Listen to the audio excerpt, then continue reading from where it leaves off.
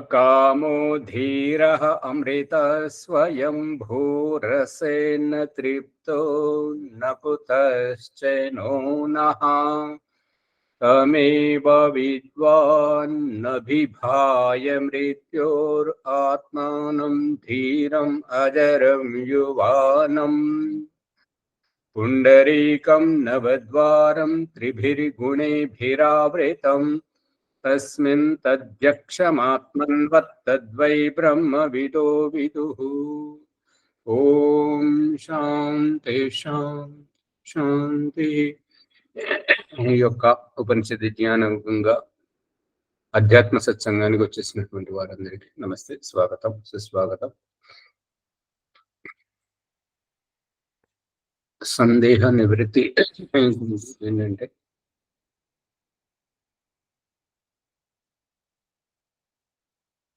నువ్వు కావాలంటే నేను ఉండకూడదు, నేను లేని నాడు నువ్వే నువ్వు ఉన్నావు, నీ అవసరం లేని నాడు నేనే నేనున్నాను, నా అవసరములో నీవు లేవు,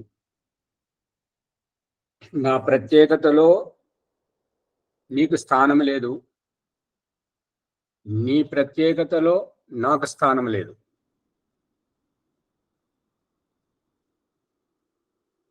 నీవు భగవంతుడవు, నేను జీవాత్ముడను.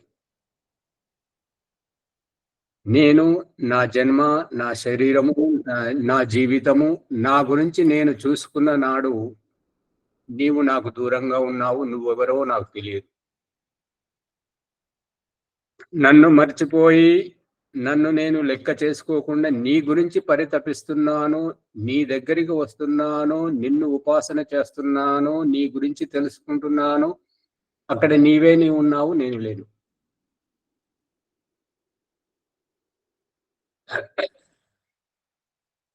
ఇల్లు ఇంటికి యజమాని, ఊరికి యజమాని సర్పంచ్, జిల్లాకు యజమాని కలెక్టరు,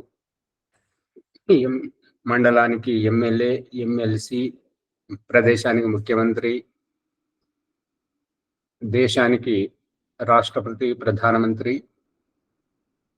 ఐక్యరాజ్య సమితికి ఐక్యరాజ్య అధ్యక్షుడు. ఈ రకంగా ఒక వస్తువు ఉన్నది అంటే దాని యొక్క స్వామి ఉన్నాడు అని అభివ్యక్తపరచడం నీ యొక్క ఉనికి. నీ ఉనికిని నేను తెలుసుకోవాలంటే నన్ను నేను మర్చిపోవాలి. నీకు ప్రత్యేకత ఇస్తున్నప్పుడు నన్ను నేను మర్చిపోవడం.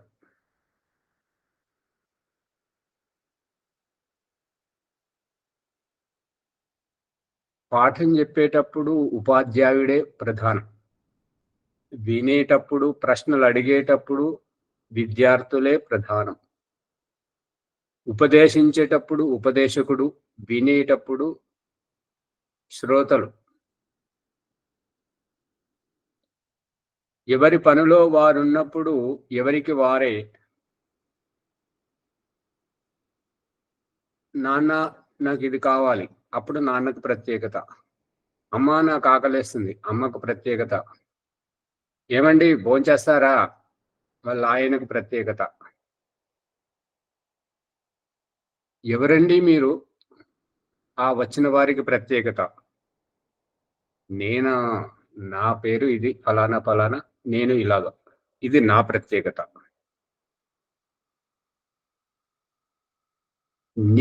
నిన్ను గురించి తెలుసుకునేటప్పుడు నీ తాపత్రయంలో, నీ ఉపాసన ధ్యానంలో నేను లేను.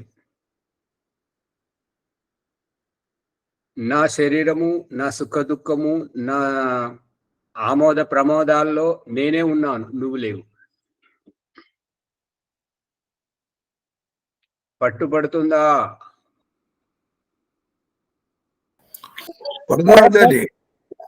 తెలుస్తుంది, అర్థమవుతుంది.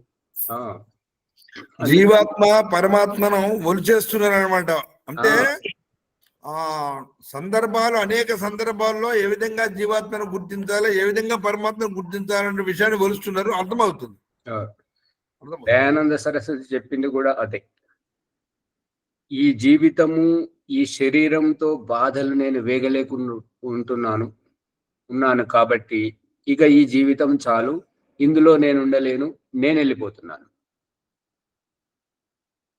జీవితాన్ని విడిచిపెడుతున్నాను, ఇక నీవే ఉండు, నీ సృష్టి వ్యవస్థ, నీ వ్యవస్థ, నీవే ఉండు, ఇక నేను ఉండలేను, నేను వెళ్ళిపోతున్నాను.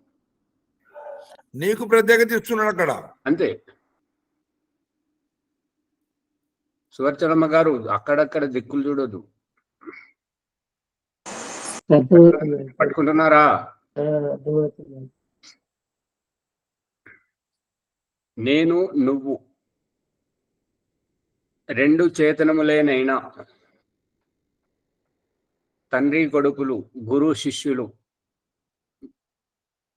ఇద్దరు ఉన్నా కూడా ఒకరి ప్రత్యేకత ఉన్నప్పుడు ఇంకొకరికి ఉండదు. ప్రశ్న అడిగేటప్పుడు అడిగేవారిది, సమాధానం చెప్పేటప్పుడు చెప్పేవారిది. చెప్పేవారు గురువులు, వినేవారు శిష్యులు. అరే అబ్బాయి, నీకు ఒక పని చెప్పాను, చేసావా లేదా?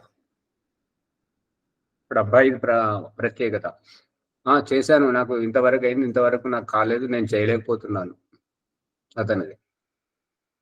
ఈ రకంగా తండ్రి కొడుకులది, గురు శిష్యులది.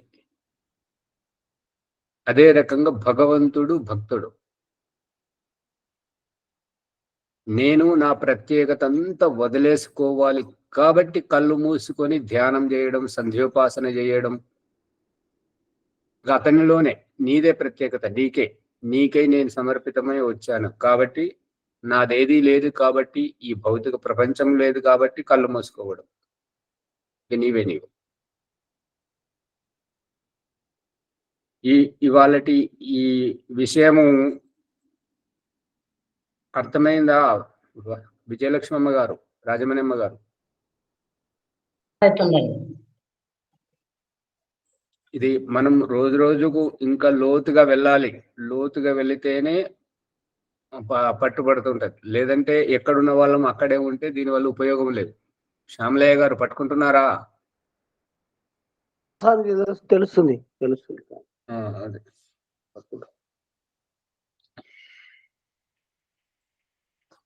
ఇక ఇవాళటి మన ప్రకరణంలోకి వెళితే, బృహదారణ్యోపనిషత్తు 3వ అధ్యాయము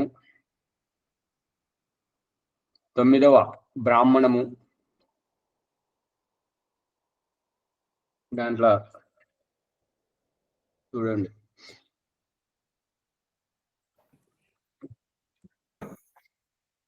12 11 నిన్న అయిపోయింది, 13 అయిపోయింది, 14 15 అయింది, 14 కావాలి, అయిపోయింది. నేను 14 చెప్పాను, 15 చెప్పాలి. ఆపయేవ యస్య ఆయతనం హృదయం లోకో మనోజ్యోతిర్యో వై తం పురుషం విద్యాతు సర్వస్యాత్మనః పరాయణం సా వై వేదిత స్యాద్ యాజ్ఞవల్క్య.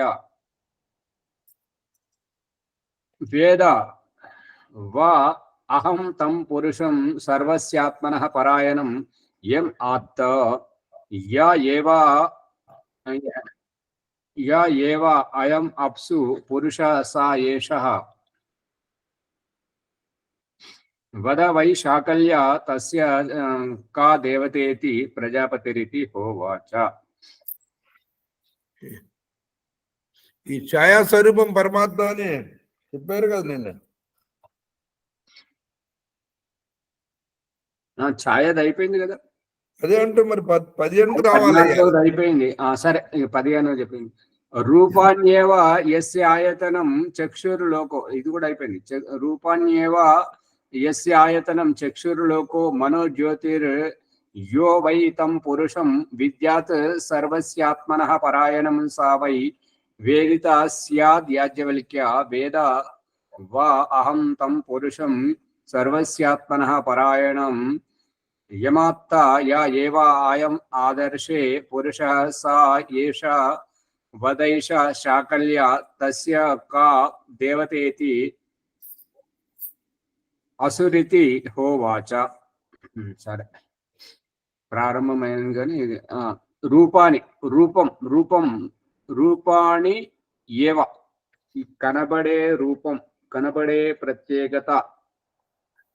ప్రత్యేకత. ఇప్పుడు ఇందాక మనం ప్రకరణలో సందేహ నివృత్తిలో తెలుసుకుంటున్నది ఏంటంటే నువ్వు ఎవరు కనబడుతుంది కాబట్టి రూపం. నువ్వు ఎవరు అని ఎదుటి వ్యక్తిని ప్రశ్నించేటప్పుడు మనల్ని మనం మరిచిపోయి ఎదుటి వ్యక్తి మీద ధ్యాస పెట్టి, అతడు మన దగ్గరికి వచ్చాడు, మన తలుపు తట్టాడు కాబట్టి తలుపు తీసి నువ్వు ఎవరు అని అడుగుతున్నప్పుడు రూపం కనబడింది. రూపానికి ప్రత్యేకత. రూపాన్యేవ ఆయతనం, ఆ రూపమే వచ్చి కనబడుతుంది కాబట్టి ఈ రూపం అంతా చక్షుర్లోక. ఈ చక్షులోకం, ఈ చక్షువు అంటే కళ్ళ ప్రపంచం. చక్షురలోకం అంటే కళ్ళ ప్రపంచం, ఈ కళ్ళకు కనబడేటువంటి ప్రపంచం. మనోజ్యోతి, ఆ కనబడింది ఎవరు? స్త్రీ, ఆ పురుషుడు, ఆ పశువు, ఆ పక్షి, ఆ పాము, ఆ తేల, ఏమిటి అనేటువంటిది దీనిని ఈ కళ్ళ ద్వారా చూసిన తర్వాత ఆ యొక్క రిపోర్టును మొత్తం ఇప్పుడు ఇది పరిస్థితి ఏంటంటే స్కానింగ్ అంటే ఏంటంటే బయట రూపంను తీసుకొని పెట్టుకొని తను చూపిస్తుంది, ఎట్లున్నదో అట్లా చూపిస్తుంది. ఇక ఇంకొకటి ఫోటో ఏంటంటే అది కనబడుతున్నటువంటి రూపమును చిత్రం తీసుకోకూడదు. ఆ తీసుకునేటువంటిది ఎలా తీసుకుందో అలా చూపిస్తుంది. ఆ రకంగా తీసుకునేటప్పుడు దానికి ప్రాముఖ్యత లేదు. స్కానింగ్ లో దాంట్లో యంత్రంలో పెట్టి దాన్ని స్కానింగ్ చేస్తున్నప్పుడు దానికి ప్రాముఖ్యత లేదు.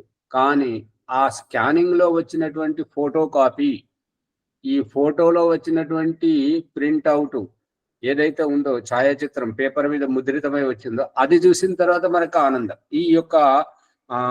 ఈ ఫోటో తోటి, కెమెరా తోటి మనం షూట్ చేసేటువంటిది అదేమో చక్షుర్లోకం.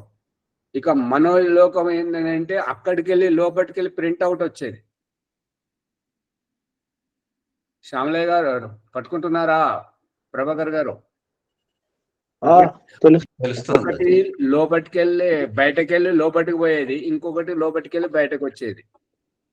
ఈ మనోలోకం అనేటువంటిది లోపలికి వెళ్ళి బయటకు వచ్చేది.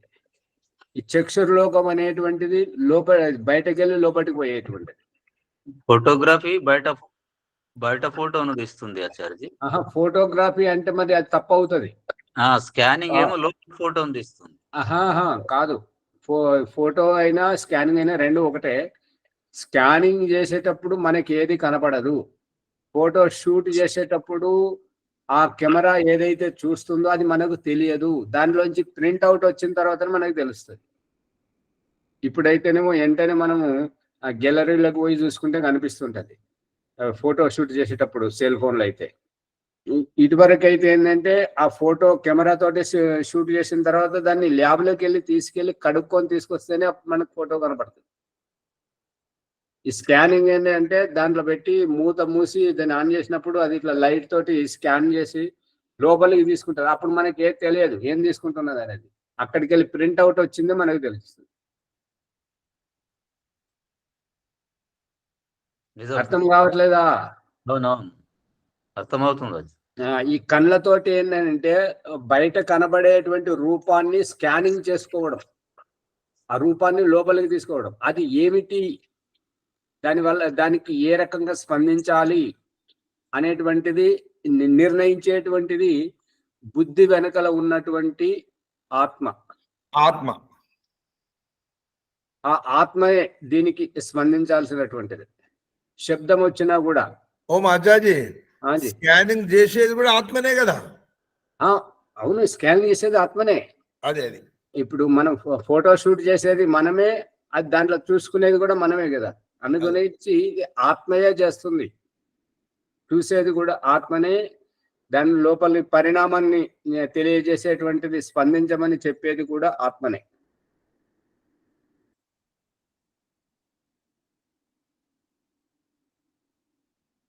చక్షురులోకో మనోజ్యోతి. ఈ మనస్సు అనేటువంటిది, ఆ రూపం ఎటువంటిది? ఒక చోట అది పెద్ద పట్టణంలో చౌరస్తాలో నిలబడి ఒక అతను చూస్తున్నాడు.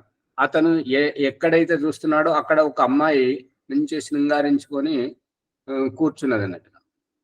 కూర్చుంటే చూస్తున్నతను దుర్బుద్ధి గలవాడని చెప్పేసి ఆమె ఎటువంటి అలజడి లేకుండా నెమ్మదిగా పోలీసులకు ఫోన్ చేసింది. పోలీసులకు ఫోన్ చేసేసరికి పోలీసులు వచ్చారు. ఏంటి ఎక్కడ అంటే, అది అక్కడ నిలబడి చూస్తున్నాడు, నన్నే చూస్తున్నాడు చూడని చెప్పేసి చెప్పగానే అతని దగ్గరికి వెళ్ళి ఆ పోలీసులు అతను పట్టుకున్నారు. ఏం చూస్తున్నావు అంటున్నాడు. నేను అక్కడ ఒక రూపం కనబడుతున్న రూపాన్ని చూస్తున్నాను. ఆ ఏ రూపాన్ని చూస్తున్నావు అంటే, అక్కడ మీకు కనబడతలేదా ఆ అమ్మాయి ఉన్నదని అంటే, మరి అమ్మాయి ఎందుకు చూస్తున్నావు అన్న అంటే, భగవంతుడు ఎంత కళాకారుడు చూడు, ఎంత అద్భుతంగా ఒక రూపాన్ని సృష్టించాడు. నేను భగవంతుని కళాకృతిని చూస్తున్నాను, కానీ ఆ అమ్మాయి నన్ను చూస్తున్నాడు అని చెప్పేసి నీ మీద కంప్లైంట్ ఇచ్చి నేను పట్టుకుపోతున్నాను, నడువు జైల్లోకైనా అంటే, అమ్మాయి ఎవరు? నేను అమ్మాయిలో ఉండేటువంటి ఆ కళాకృతి, భగవంతుడు ఎంత ఒక శిల్పికారుడిగా ఉండి ఆ అమ్మాయి నైపుణ్యం గలవాడు, ఎంత నైపుణ్యం గలవాడు, శిల్పకళ నైపుణ్యం గలటువంటి వాడు ఆ అమ్మాయిని రూపొందించాడు. ఆ భగవంతుని చూస్తున్నాను ఆ అమ్మాయిలో. మీరేమో అమ్మాయి రూప సౌందర్యాన్ని చూస్తున్నారు, నాకు ఆ అమ్మాయి రూప సౌందర్యం కనబడట్లేదు, భగవంతుని యొక్క కళాకృతి కనబడుతుంది. అంటే రూపం ఒకటేనైనా చూసే వారి దృష్టికోణం వేరు. అందు గురించి అందరిని ఇప్పుడు ఇదే సందర్భంలో ఆ సామెత ఏమంటారంటే, అందరిని ఒకే చష్మతోటి చూడొద్దు, అందరినీ ఒకే రకమైన కళ్ళద్దాలతోటి దృష్టితోటి చూడొద్దు. ఏ పుట్టలో ఏ పాముందో ఎవరి ఉద్దేశం ఏమిటో. బాలరాజు గారు అర్థమవుతుందా? పసక కళ్ళకు లోకమంతా పసకనే కనబడుతుంది. ఇది సరైనటువంటిది, ఇది సరైనటువంటిది. నాకు గుర్తు రాలేదు, మీరు చెప్పేశారు అంతే. అది పచ్చకామలు వచ్చిన వారికి ప్రపంచం అంతా పచ్చగానే కనిపిస్తుందంట ఆ రూపకం. తెలుస్తుందండి పచ్చకామలు అంటే ప్రమాణం ఏంటి? ఏమంటారమ్మా? పచ్చకామలు అంత పచ్చగానే కనబడుతుందంటే దాని ప్రమాణం ఏంటండి? ముఖమంతా పచ్చబడిపోవడం, కనిగుడ్లు కూడా పసుపచ్చగా కనిపించడం, అది పచ్చకామెలు. తెల్ల కామెలు అయితే వెలబెలా పోవడం, ముఖమంతా తెల్లగా కావడం, కనిగుడ్లు అంతా పేలిపోయినట్లు ఉండడం, అటువంటిది తెల్ల కామెలు. కానీ అట్లా ప్రజలు ఎట్లా గుర్తుపట్టడం? ఇప్పుడు దాని రహస్యం ఏంటంటే, అమ్మా దాని రహస్యం ఏంటంటే, ఈ యొక్క గాల్ బ్లాడర్ ప్రక్కన దాని ఏమంటారు, అది పిత్త గ్రంథి ఉంటుంటది. పిత్త గ్రంథి ఆ యొక్క పైత్యరసంను తయారు చేయకపోవడం వల్ల ఎట్లున్నది అట్లా విడుదల చేయడం వల్ల శరీరం అంతా ఆ రకంగా పచ్చపచ్చగా అవుతుంది. ఈ ప్యాంక్రియాస్ పక్కన ఉంటది, చేదుబుడ్డ అంటారు తెలుగు. గాల్ బ్లాడర్ అంటే ఆచార్య, గాల్ బ్లాడర్ అంటే అదే చేదుబుడ్డ. ఇంగ్లీష్ లో గాల్ బ్లాడర్ అంటారు, ఇంగ్లీష్ లో, తెలుగులో చేదుబుడ్డ. అది పచ్చకామెల గురించి చెప్తున్నాడు. కానీ మనకు యద్భావం తద్భావతే, మన లోపల చెడ్డ భావన ఉంటే చెడ్డగానే కనబడుతుంది, మంచి భావన ఉంటే మంచిగా కనబడుతుంది. కూడా సూటిగా వచ్చేసింది.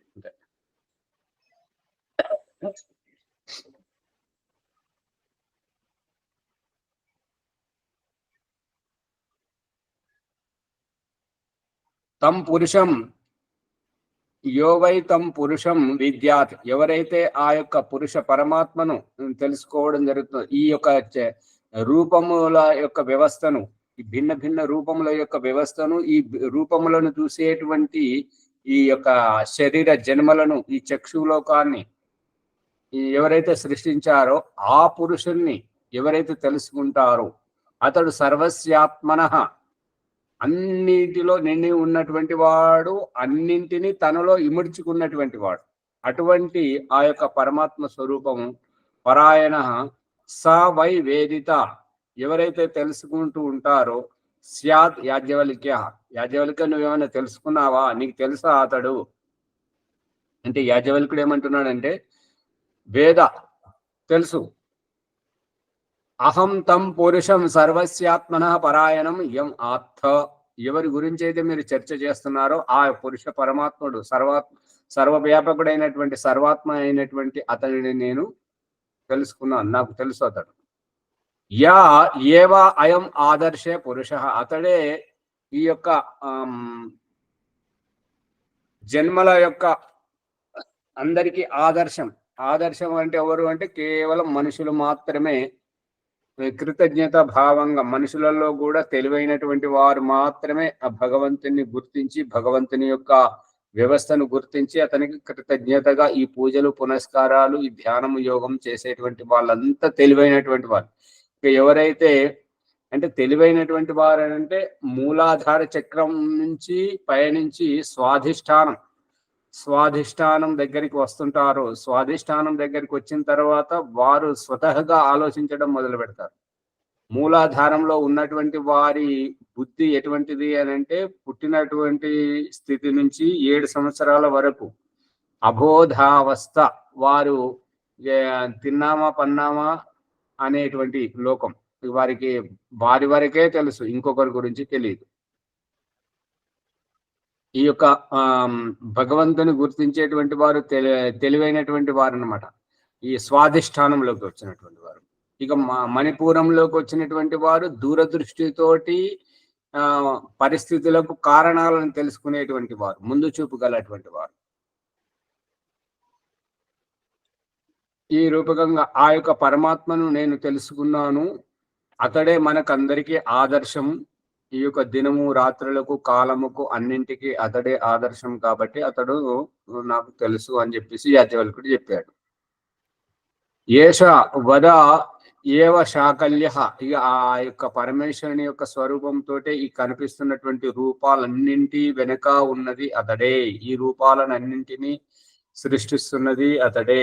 ఈ వెలుతురు ప్రకాశింపజేస్తున్నది అతడే. ఈ ఉరుములను ఉరిమించేది అతడే. ఈ గాలిని ప్రవహింపజేస్తున్నటువంటిది అతడే.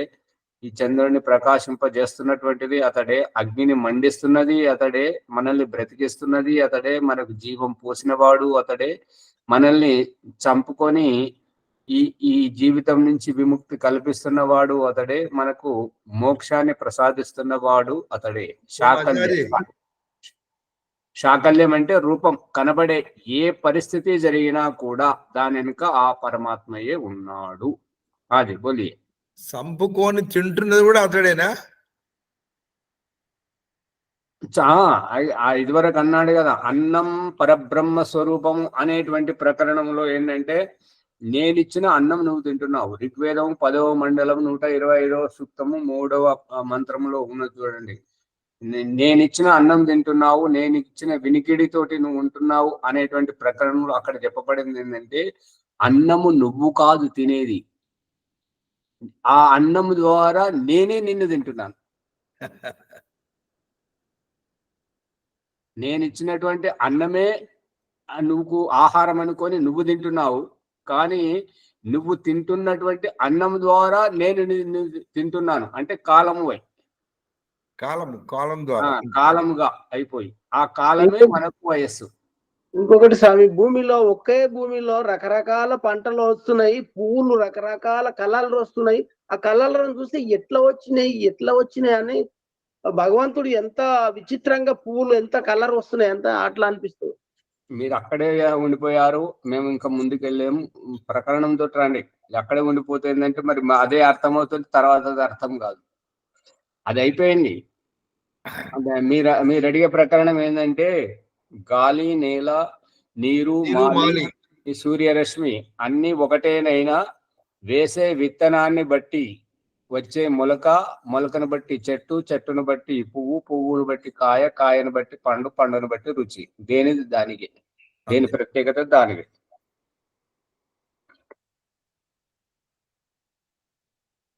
ఇదంతా ఆ యొక్క పరమేశ్వరుని యొక్క మహిమ. అంతే. ఇప్పుడు మనం ఉన్నది ఏంటంటే కనబడేటువంటి రూపం శాకల్యం. ఇదంతా దీనికి అంతటికి దేవుడు ఎవరు అని అంటే ఆ యొక్క పరమేశ్వరుడే. అసురుడు. సురులు అంటే దేవతలు, అసురులు అంటే దాన్ని హరించేటువంటి వాడు. అంటే అసురులు అంటే భగవంతుడు కూడా వస్తుంది కదా, హరించేవాడు కదా ఆచార్య కాలంతో పాటు. అందుకే అసురుడు అని చెప్తున్నాడు కదా, ప్రాణస్వరూపుడు. ఇక 16వ చూడండి. ఆపయేవా యస్యాయతనం హృదయం లోకో మనో జ్యోతిర్యో వహి తం పురుషం విద్యాత్ సర్వస్యాత్మనః పరాయణం సా వై వేదిత స్యాత్ యాజ్ఞవల్క్య. వేద వా అహం తం పురుషం సర్వస్యాత్మనః పరాయణం యమాత్త యా ఏవ అయం అప్సు పురుషః స ఏషః వదైవ శాకల్య తస్య కా దేవతేతి వరుణ ఇతి హోవాచ. ఆపహ అంటే ఆమంతాత్ సరతీతి ఆపహ. ఒక దగ్గర నిలబడినటువంటిది, నిరంతరంగా జరిగిపోయేటువంటి దాన్ని ఆప అంటారు. ఆప అంటే నీరు. నీరు ఎలాంటిదంటే నిరంతరంగా ప్రవహిస్తూనే ఉంటుంటది. ఆ ప్రవాహం ఏ రకంగానంటే నిలకడగా నిలబెట్టినటువంటి, ఎటు పోలేకుండా నిలబడ్డటువంటిది సూర్యరశ్మికి వాష్పమై ప్రవహిస్తుంటది. లేదంటే కింద భూమి మట్టి ఉన్నట్టయితే భూమిలోకి ఇంకిపోతుంటది. లేదా ఏటవాలుగా ఉన్నట్టయితే నిలబడుతుంటది. ఈ వంపుగా ఉన్నట్టయితే జాలువారిపోతుంటది. ప్రవహిస్తూనే ఉంటది, ఒక్క దగ్గర ఉండదు రసము అనేటువంటిది. భూమి నుంచి సంగ్రహించేది, సూర్యరశ్మి నుంచి సంగ్రహించి నీ రసమంతా నింపుకుంటున్నటువంటిది ఈ యొక్క వృక్ష వనస్పతి. ఇక దాని నిర్మాణ క్రమం అయిపోయిన తర్వాత ఇక సూర్యరశ్మికి ఆవిరైపోవడమే, ఎండిపోవడమే జరుగుతుంటుంటది. అయితే ఈ వైపుకు అయితే ఆ వైపుకు, ఏదో వైపుకు నిరంతరంగా ప్రవహిస్తూనే ఉంటుంటది. నీరు ఫ్రిడ్జ్ లో పెడితే చల్లగా అవుతుంటుంటది, పొయ్యి మీద పెడితే వేడి అవుతుంటుంటది, అటు ఆవిరవుతుంటుంటది, ఇటు గడ్డ గడుతుంటుంటది. ఇక ఆశ్చర్యం ఏమిటంటే మట్టి కుండలో పోయండి, స్టీల్ పాత్రలో పోయండి, అల్యూమినియం దాంట్లో పోయండి, గాజు పాత్రలో పోయండి, దేంట్లో పోసినా కూడా నీరు బయటకు వస్తుంటది. గమనించారా?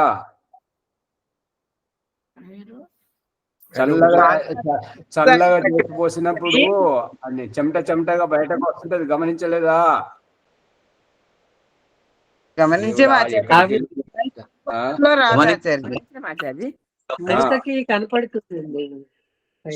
కనబడుతుంటది కదా బయటకు, చెమటగా బయటకు వస్తుంటది కదా. అవును, వస్తుంటాయి కుండల నుండి. కుండలు కాదు, బిందెలు రావా అమ్మా? నీటి బిందువులు కనబడదు కదా బయటకు, రావా? ప్రతి దాంట్లో వస్తుంటాయి. ఈ అడ్డంగా ఊపుతున్నది వరలక్ష్మి గారు, ఎప్పుడు చూడనట్టున్నారు. నీరు ఉంటది కానీ బయటికి రాదు, లోన మరుగుతుంది కానీ ఎగురుతుంది నీరు.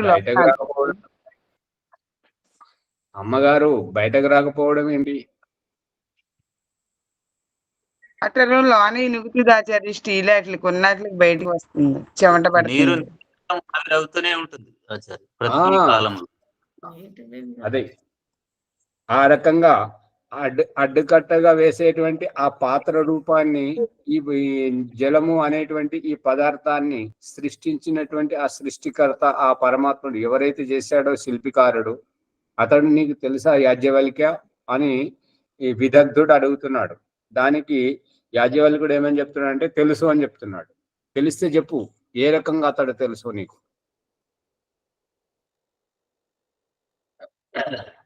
అహం తం పురుషం సర్వస్యాత్మనః పరాయణం ఎం ఆత్త. ఎవరి గురించి అయితే మీరు చర్చ చేస్తున్నారో ఆ యొక్క పురుషుని సర్వస్యాత్మ అంతటా నిండి ఉన్నటువంటి ఆ ప్రవహించే నీటిలోను, ఆవిరయ్యే నీటిలోను, గడ్డగట్టిన నీటిలోను ఆ యొక్క పరమేశ్వరుడు ఉన్నాడు. ఈ యొక్క పరమేశ్వరుడు ఉన్నటువంటిది ఆ యొక్క నీటి స్వరూపాన్ని వాడుకుంటూ అశుద్ధమును శుద్ధి చేసుకుంటున్నటువంటి ఈ యొక్క జీవాత్మ ఈ జీవాత్మను, ఆ అశుద్ధమును, ఈ నీటిని, ఈ యొక్క ప్రక్షాళన, కడుక్కునేటువంటి, స్నానం చేసేటువంటి వ్యవస్థ, ఇదంతా చేసినటువంటి ఆ పరమేశ్వరుడు అంతటా నిండి ఉన్నాడు. అతడు లేని చోటంటూ ఏమీ లేదు. తెలియని అతను ప్రశ్నిస్తున్నాడు ఏమనంటే, దేవుడు ఉన్నాడు ఉన్నాడు అని అంటున్నావు, ఆ దేవుడు ఏడున్నాడు? ఇక తెలిసిన అతను ఏమంటున్నాడు అంటే, లేడు లేడు అంటున్నావు, అతడు ఎక్కడ లేడు. బాలరాజు గారు పట్టుకుంటున్నారా? నిద్రపోవద్దు. పట్టుకుంటున్నా సార్. తెలియని అతను ఏమంటాడంటే, ఎక్కడ ఉన్నాడు చూపెట్టు. తెలిసిన అతను అంటాడు, ఎక్కడ లేడో చెప్పు. రాజమణమ్మ గారు పట్టుకుంటున్నారా? వింటున్నాం ఆచార్య, అన్నిటా ఉన్నాడని. అన్నిట్లో ఉన్నతాన్ని చూడాలి. ఇందాక ప్రకరణంలో మనం చెప్పుకున్నాం కదా, ఏ వస్తువైనా చెట్టు మొలిసింది అంటే అది పెట్టేవాడు ఒకరు ఉన్నాడు. మనం దారింట పోతున్నాం, మనకు ఒక వస్తువు దొరికింది అంటే మనకంటే ముందు పోయిన అతను పోగొట్టుకున్నాడు కాబట్టి మనకు దొరికింది. మరి నదులు ప్రవహిస్తున్నాయి, సూర్యుడు ఉదయిస్తున్నాడు, శిశువు పుడుతున్నాడు, చనిపోతున్నాడు అని అంటే దీని వెనుక ఇంకా ఎవరో ఒకరు ఉన్నారు కదా, ఉంటేనే అవి జరుగుతున్నాయి కదా. పురుషార్థం చేసేవాడు ఉన్నాడు కాబట్టి పనులు జరుగుతున్నాయి. పురుషార్థం కాదు, వ్యవస్థ చేసేవాడు ఉన్నా కాబట్టి వ్యవస్థాపకుడు వ్యవస్థ చేస్తూ ఉన్నప్పుడు దాంట్లో జరిగేటువంటి అన్ని జరుగుతున్నాయి. అది ఎవరి అవసరాన్ని బట్టి వాళ్ళు వాడుకుంటారు. రోడ్ వేసారు, రోడ్డు మీద ఎవరు పోవాలి చెప్పండి? నడిచేవారు పోవాలి, గమ్యాన్ని చేరుకునేవారు పోవాలి. ఆహారము తయారైంది, ఎవరు తినాలి చెప్పండి? ఆచార్య, రోడ్డు మీద ఎవరు పోవాలంటే యాత్ర చేసేవాడు పోవాలి. అదే గమ్యాన్ని చేరుకోవాలని తాపత్రయం గలటువంటి వారు వాళ్ళు చేరుకుంటారు. పదార్థం తయారైంది, ఎవరు తినాలి చెప్పండి? ఆకలి ఉన్నవారు తినాలి. అది చీమే కావచ్చు, దోమే కావచ్చు, మనిషే కావచ్చు, పశు పక్షి ఏదైనా కావచ్చు. ఆకలి వేసిన వారు తినచ్చు. అంతే. ఈ ఆకలిని పుట్టించిన వాడు, ఆ పదార్థాన్ని తయారు చేసిన వాడు, తినిపించేవాడు ఎవరు? తింటున్న వారెవరు కాదు, ఎవరు తయారు చేసుకున్నారు కాదు, ఎవరు ఆకలేస్తుంది కాదు. ఉండాలి ఆచార్య. ఆధ్యాత్మిక ఆకలి వేస్తేనే ఇవన్నీ, ఈ లోతైన విషయాలన్నీ తెలుస్తాయి. ఆధ్యాత్మిక ఆకలి. ఓ ఆచార్య, ఎవరికి కడుపు నొస్తే వారే గోలు తినాలి కదా. ఒక్కొక్క చోట ఏం చేస్తారని అంటే, కడుపు ఒక్కరికి నొస్తుంటది, మాత్రలు ఇంకొకరు వేసుకుంటారు.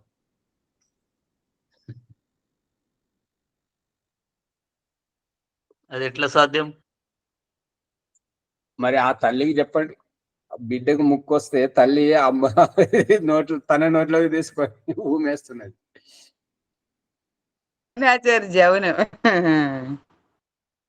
మరి అది తప్పు కదా. ఇప్పుడు వారికి దురద పెడితే వీరు గోక్కోవడం ఏంటి? అతి ప్రేమ, అతి ప్రేమ.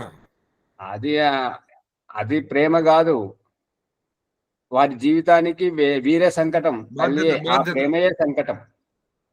ఇప్పుడు ఉన్నారు కాబట్టి మీరు చేశారు, మీరు లేనప్పుడు వస్తే బుద్ధి లేక ఆచార్య, బుద్ధి లేక. అంతే కదా. అదే కుక్క పెత్తనం గాడిద చేసినట్టు. ఇది బాగాలేదు అమ్మగారు, భాష బాగాలేదు, సామెత బాగాలేదు.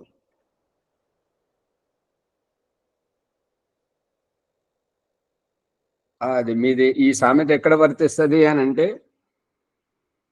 చేయరాని వాడు, ఏమీ తెలియని వాడు అన్ని నేనే చేస్తానని ముందు ఊరికి బొక్కబొల్ల పడడం, అది అక్కడ.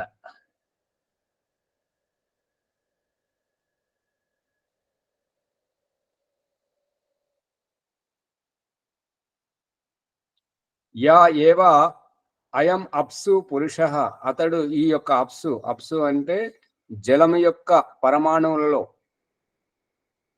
హైడ్రోజన్ ఆక్సిజన్ ఈ రెండింటి పరమాణువులలో ఆ యొక్క పరమేశ్వరుడు నిండి ఉన్నాడు. సా ఏష అతడే ఈ యొక్క పురుషుడు. వద ఏవ శాకల్య ఈ శాకల్య రూపముగా ఈ యొక్క జలముగా కనబడుతున్నటువంటి తస్య కా దేవత ఈ జలం యొక్క దేవత ఎవరు? వరుణుడు. ఈ వరుణుని ద్వారానే వర్షం పడుతుంటది, ఈ పంటలు పండుతూ ఉంటుంటాయి.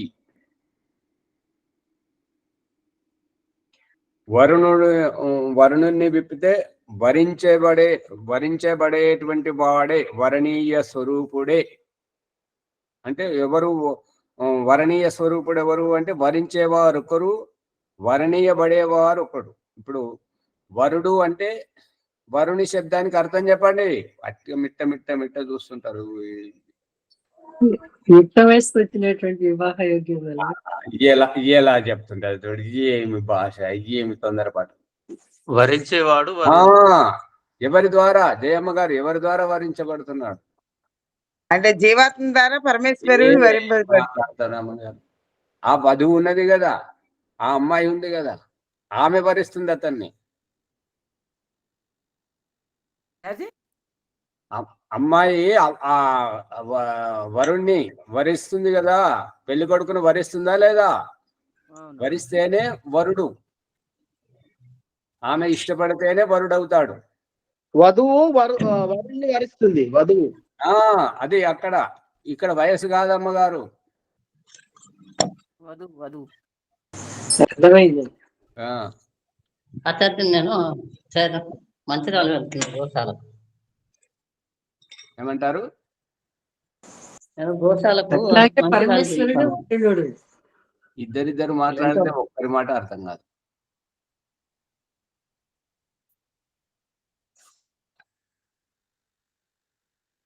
ఈ శాకల్య రూపం ఏదైతే ఉందో ఈ వరుణుడు పరమేశ్వరుడు ఇప్పుడు మేఘాన్ని రైతులు వర్షం పడనప్పుడు అభ్యర్థిస్తూ ఉంటుంటారు. అదే పెద్ద ఉరుములతో వస్తే మళ్ళీ మళ్ళీ ఇంద్రుని పరమేశ్వరుని వరిస్తుంటారు. అర్జున ఎక్కడున్నావు స్వామి? ఈ యొక్క వరుణుడు మమ్మల్ని కబలించుకుపోయేటట్టుగా ఉన్నాడు, ఉరుముకొస్తున్నాడు అని చెప్పేసి ఇంద్రుని గుర్తు చేస్తాడు అర్జునుడు. 17వది చూడండి. రేత ఏవ యస్యాయతనం హృదయం లోకో మనోజ్యోతిర్యో వై తం పురుష విద్యాత్ సర్వస్యాత్మనః పరాయణం సా వై వేదిత స్యాత్ యాజ్ఞవల్క్య వేదవాయ అహం తం పురుషం సర్వస్యాత్మనః పరాయణం యమాత్త ఏవాయం పుత్రమయః పురుష సా ఏషః వద ఏవ శాకల్య తస్య కా దేవతేతి ప్రజాపతి హోవాచ. ఇక్కడ ఏమని చెప్తున్నంటే రేత అంటే శుక్రం. రేత అనే అంటే ఏంటంటే రేచక పదార్థాన్ని రేతస్సు అంటారు. రేచకం అంటే ఏంటిది? ఇక్కడ ఉండకుండా ఇంకెక్కడికో పోవాలనుకునేటువంటి ఉబలాట పడేటువంటి తాపత్రయపడేటువంటి దాన్ని రేచకం అంటారు. ఇప్పుడు ఏమంటారు? సోనాముఖి కానీ, ఉసిరిగాయ కానీ, త్రిపుల కానీ ఇవన్నీ రేచక పదార్థాలు. ఇంకా దయానంద సరస్వతి గర్భాధాన సంస్కారంలో అక్కడ ఏమని రాశాడంటే ఎక్కువ ఉప్పు, కారం, ఎక్కువ మసాలాలు ఇవన్నీ రేచక పదార్థాలు. రేచక అన్న దాంతో ఈ రేతస్ అంటే పురుషుని శరీరంలో అతని శరీరానికి కావలసినంత ధాతువు ఉండి ఇంకా అతిరిక్తంగా ఉన్నటువంటిది దానిని రేతస్ అంటారు. అందుగురించి ఈ రేత ఏవ యస్య ఆయతనం ఈ రేతస్సే ఆ పురుషుని శరీరం నుండి వచ్చి ఈ యొక్క హృదయలోకం అంటే ఆత్మీయ భావం. హృదయం అంటే ఆత్మీయ భావం. మనోజ్యోతి ఆ యొక్క ఆత్మీయత అనేటువంటిది ఎక్కడ కనబడుతుంది అని అంటే తన సంతానాన్ని. ఇప్పుడు భగవంతుడు చూపిస్తున్నటువంటిది ఇక్కడ ఏంటంటే యుక్త వయసు వచ్చినప్పుడు అందరి దృష్టిని ఆకర్షించడం, ఆ ఇద్దరు వధువరులుగా ఉన్నప్పుడు అందరి దృష్టిని ఆకర్షించడం, గర్భము దాల్చిన తర్వాత అందరి దృష్టిని ఆకర్షించడం, శిశువు పుట్టిన తర్వాత అందరి దృష్టిని ఆకర్షించడం. ఇందులో ప్రశ్న ఉన్నది, సమాధానం మీరు చెప్పండి. ప్రతి దాంట్లో ప్రశ్న ఉన్నది. యుక్త వయస్సులో ఎవరు ఎవరిని ఆకర్షిస్తున్నారు? వధువరుల రూపంలో ఎవరు ఎవరిని ఆకర్షిస్తున్నారు? గర్భము దాల్చిన తర్వాత ఎవరు ఎవరిని ఆకర్షిస్తున్నారు? పుట్టిన తర్వాత ఎవరు ఎవరిని ఆకర్షిస్తున్నారు? ఒకరు దూరం అవుతున్నారు, ఇంకొకరు దగ్గర అవుతున్నారు. శిశువు ఆకర్షింపబడుతుంది గర్భిణీతో ఉన్న. ఇక్కడ ఏంటంటే యుక్త వయసు వచ్చి చిరుబుర్రులు ఆడుతుంటే, ఏమయ్యా ఇంత పెళ్ళి ఎప్పుడు చేసుకుంటావు, పప్పన్నం ఎప్పుడు పెడతావు అని చెప్పేసి మర్చిపోయారా? గుర్తే ఉందండి. ఇప్పుడు మళ్ళీ ఆ చిరుబుర్రులు ఆడేటప్పుడేమో యువతి యువకులను, ఆ తర్వాత పెళ్లి చేసుకునేటప్పుడు వారిద్దరి ప్రతిజ్ఞలు, వారిద్దరు మాట్లాడే, వారిద్దరు చేసేటువంటి క్రియోపక్రియలు, వివాహ ప్రక్రియలన్నీ. ఆ తర్వాత గర్భం దాల్చిన తర్వాత ఇక పురుషుని వదిలిపెట్టి కేవలం స్త్రీ వైపు చూస్తుంటారు. నువ్వు ఉత్తమ మనిషివి కాదమ్మా, జాగ్రత్తగా ఉండాలమ్మా, ఇలా ఉండాలమ్మా, అలా ఉండాలమ్మా. ఆమెకు ప్రత్యేకత. పుట్టిన తర్వాత ఇక ఆమెను కూడా వదిలేసి శిశువు, అమ్మ ఎంత ముద్దుగున్నాడు, బుద్ధిగా ఉన్నాడు. ఇది యుక్త వయసులో ఉన్నప్పుడు చుట్టుపక్కల ఉన్నటువంటి ప్రజలను చేస్తున్నారు యువతి యువకులు. పెళ్ళయ్యేటప్పుడు పెళ్లిలో కూర్చున్నటువంటి బంధువర్గంను ఆకర్షింపజేశారు. ఇక గర్భము దాల్చిన తర్వాత బాధ్యత గల వారిని ఆకర్షింపజేశారు. ఇక పుట్టిన తర్వాత ఎవరికైతే ప్రేమ ఉంటుంటుందో వారందరినీ ఆకర్షింపజేశాడు. అవునా? అవునండి. ఇప్పుడు వీటన్నింటి వెనుక ఉన్నది ఆ భగవంతుడేనైనా పరిస్థితులతోటి మార్పు చేపిస్తున్నాడా లేదా? అది అందుకని ఈ రేతస్ అనేటువంటిది పురుషుని శరీరం నుంచి రావడం, ఆ రావడం తోటి ఆ తేజస్సు, ఆ వర్చస్సు తోటి అతడు గర్భాధానం దాల్చగానే నేను తండ్రినవ్వబోతున్నాను, నేను తల్లినవ్వబోతున్నాను, నేను అమ్మ అనబడతాను, నేను నాన్న అనబడతాను, నా కొడుకు ఈ రకంగా నేను ఈ పేరు పెట్టుకుంటాను, నా బిడ్డ అయితే ఈ పేరు పెట్టుకుంటా, నేను ఇట్లా సంపాదిస్తా అని చెప్పేసి ఇదంతా హృదయంలో అవన్నీ భావాలు వస్తుంటాయా లేవా?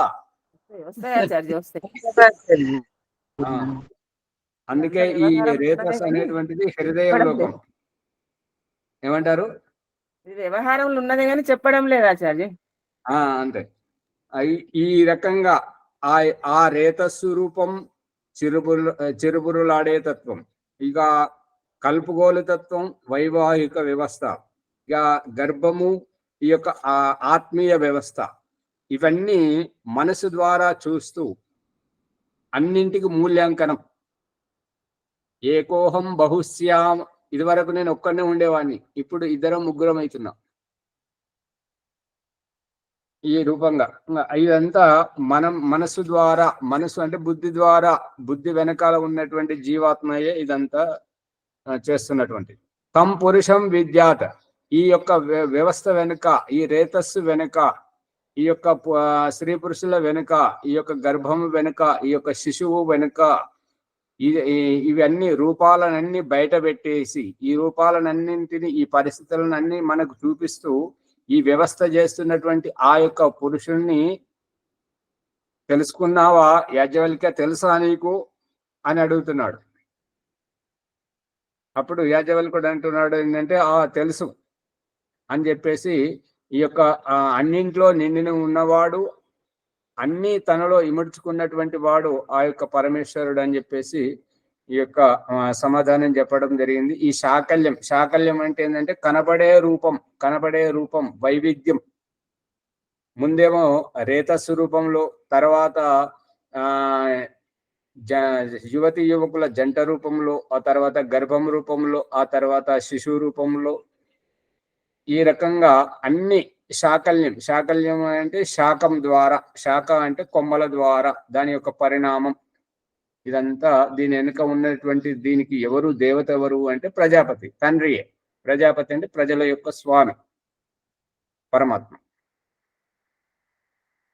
ఈ సమయం అయిపోయింది కాబట్టి ఈ ప్రకరణాన్ని ఇక్కడిని ఆపేద్దాం, ముందుకు తీసుకెళ్ళండి.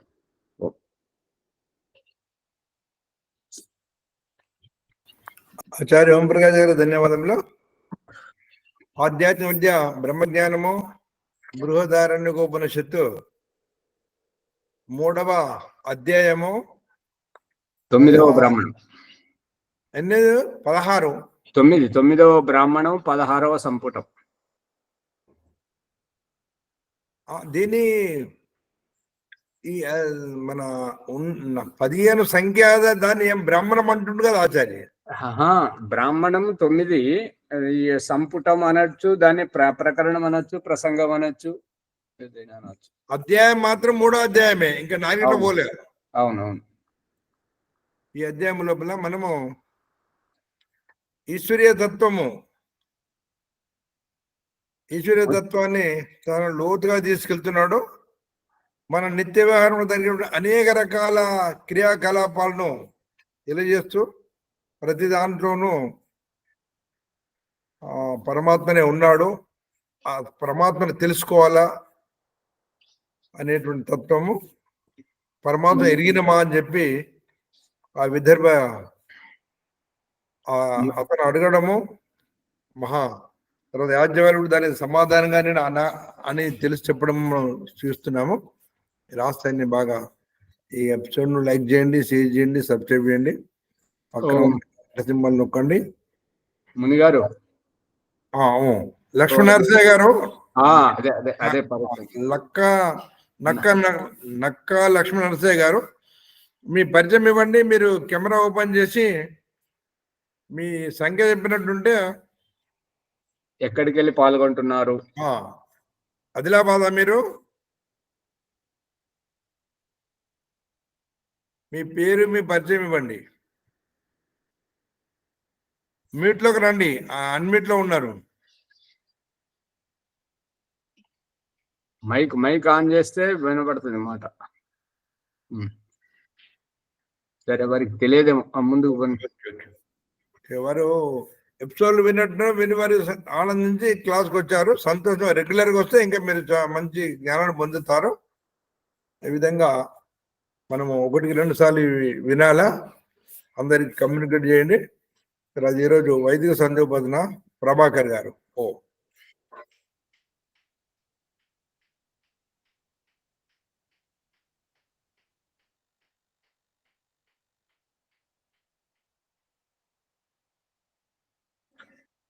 ప్రభాకర్ గారు ప్రారంభించండి. ఓం సర్వేభ్యో నమస్తే. వైదిక సంధ్య. ఓం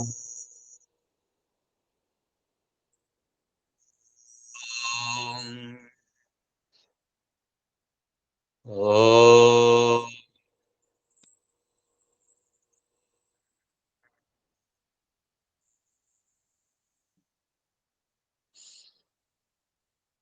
ఓం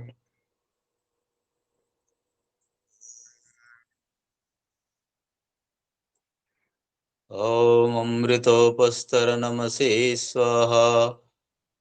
ఓం అమృతాపిదా నమసే స్వాహా.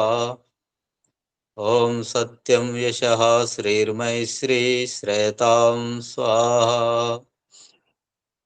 ఓం శన్నో దేవీరభిష్టయ ఆపో భవంతు పీతయే శంయోరభిస్రవంతు నః.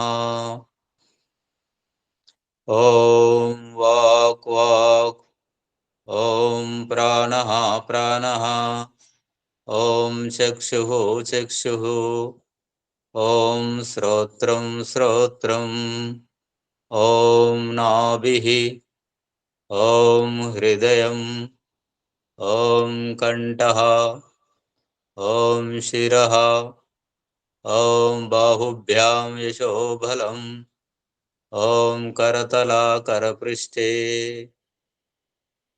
ॐ भूः पुनातु शिरसि, ॐ भुवः पुनातु नेत्रयोः, ॐ स्वः पुनातु कण्ठे, ॐ महः पुनातु हृदये, ॐ जनः पुनातु नाभ्याम्, ॐ तपः पुनातु पादयोः, ॐ सत्यं पुनातु पुनः शिरसि, ॐ खं ब्रह्म पुनातु सर्वत्र। ॐ भुः, ॐ भुवः, ॐ स्वः, ॐ महः, ॐ जनः, ॐ तपः, ॐ सत्यम्।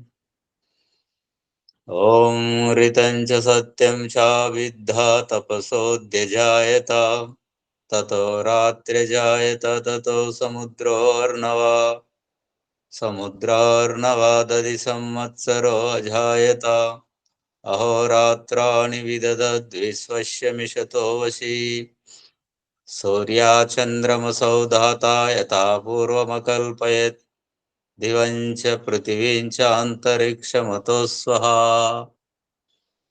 ॐ शन्नो देवीरभीष्टय आपो भवन्तु पीतये, संयोरभिस्रवन्तु नः। ॐ प्राचीदिगग्निरधिपतिरसितो रक्षितादित्यायशवः, तेभ्यो नमो अधिपतेभ्यो नमो रक्षितृभ्यो नमो ईशुभ्यो नमो येभ्यो अस्तु।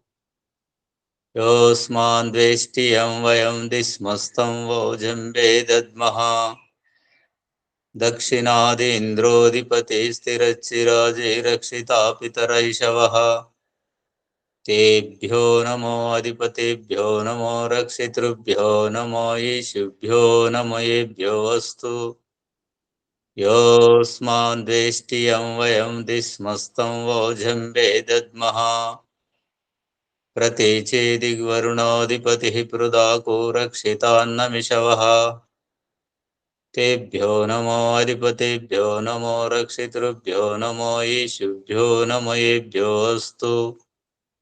योऽस्मान् द्वेष्टियं वयं दिस्मस्तं वोजम्बे दद्मः, उदीचेदिक्सोमोऽधिपतिः स्वजो रक्षिता शनिऋषवः, तेभ्यो नमो अधिपतेभ्यो नमो रक्षितृभ्यो नमो ईशुभ्यो नमो येभ्यो अस्तु।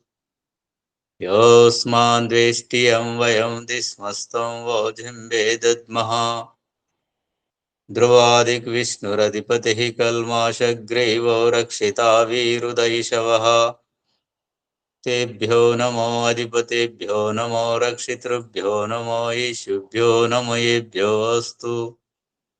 योऽस्मान् द्वेष्टियं वयं दिस्मस्तं वोजम्बे दद्मः, ऊर्ध्वादिग्बृहस्पतिरधिपतिः शित्रो रक्षिता वर्षमिषवः, तेभ्यो नमो अधिपतिभ्यो नमो रक्षितृभ्यो नमो ईशुभ्यो नमो येभ्यो अस्तु। योऽस्मान् द्वेष्टियं वयं दिस्मस्तं वोजम्बे दद्मः, जातवेदसे सुनवामसो ममरातीयतो निदहाति वेदः, स नः पर्षतति दुर्गानि विश्वानावेव सिन्धुं दुरितात्यग्निः, चित्रं देवानामुदगादनीकं चक्षुर्मित्रस्य वरुणस्याग्नेः, आप्राध्या पृथिवी अन्तरिक्षं सूर्य आत्मा जगतस्तस्तु शच्चा, उदित्यं जातवेदसं देवं वहन्ति केतवः, दृशे विश्वाय सूर्यम्, उद्वयं तमसस्परिष्वः पश्यन्त उत्तरम्, देवं देवत्रा सूर्यमगन्मज्योतिरुत्तमम्, तच्चक्षुर्देवहितं पुरस्तात् शुक्रमुच्चरत्, पश्येम शरदशतं जीवेम शरदशतं शृणयाम शरदशतं, प्रब्रवाम शरदशतम् अधीनस्याम शरदशतं, भूयच्च शरदशतात्। शन्नो देवीरभीष्टय आपो भवन्तु पीतये, संयोरभिस्रवन्तु नः। ॐ భూర్భువః స్వః తత్సవితుర్వరేణ్యం భర్గో దేవస్య ధీమహి ధియో యో నః ప్రచోదయాత్. హే ఈశ్వరా దయానిధే భవత్కృపయా అనేన జపోపాసనాది కర్మణాం ధర్మార్థకామమోక్షాణాం సద్యః సిద్ధిర్భవేన్నః.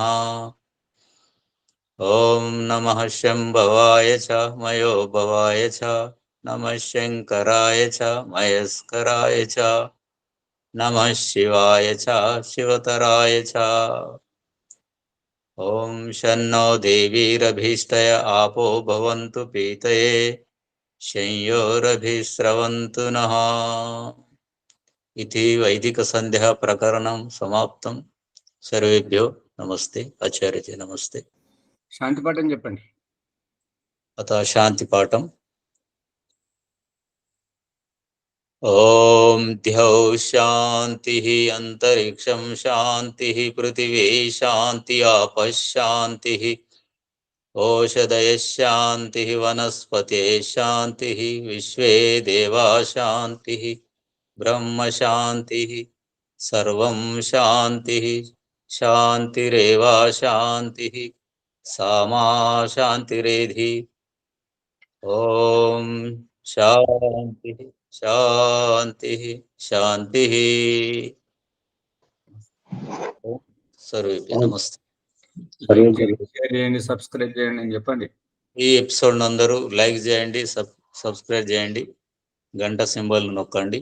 అందరినీ దీని వైపు ఆకర్షించేటట్లు తెలుసుకునేటట్లు చేయండి. నమస్తే ఆచార్య. నమస్తే నమస్తే నమస్తే ఆచార్య. సరే నమస్తే నమస్తే.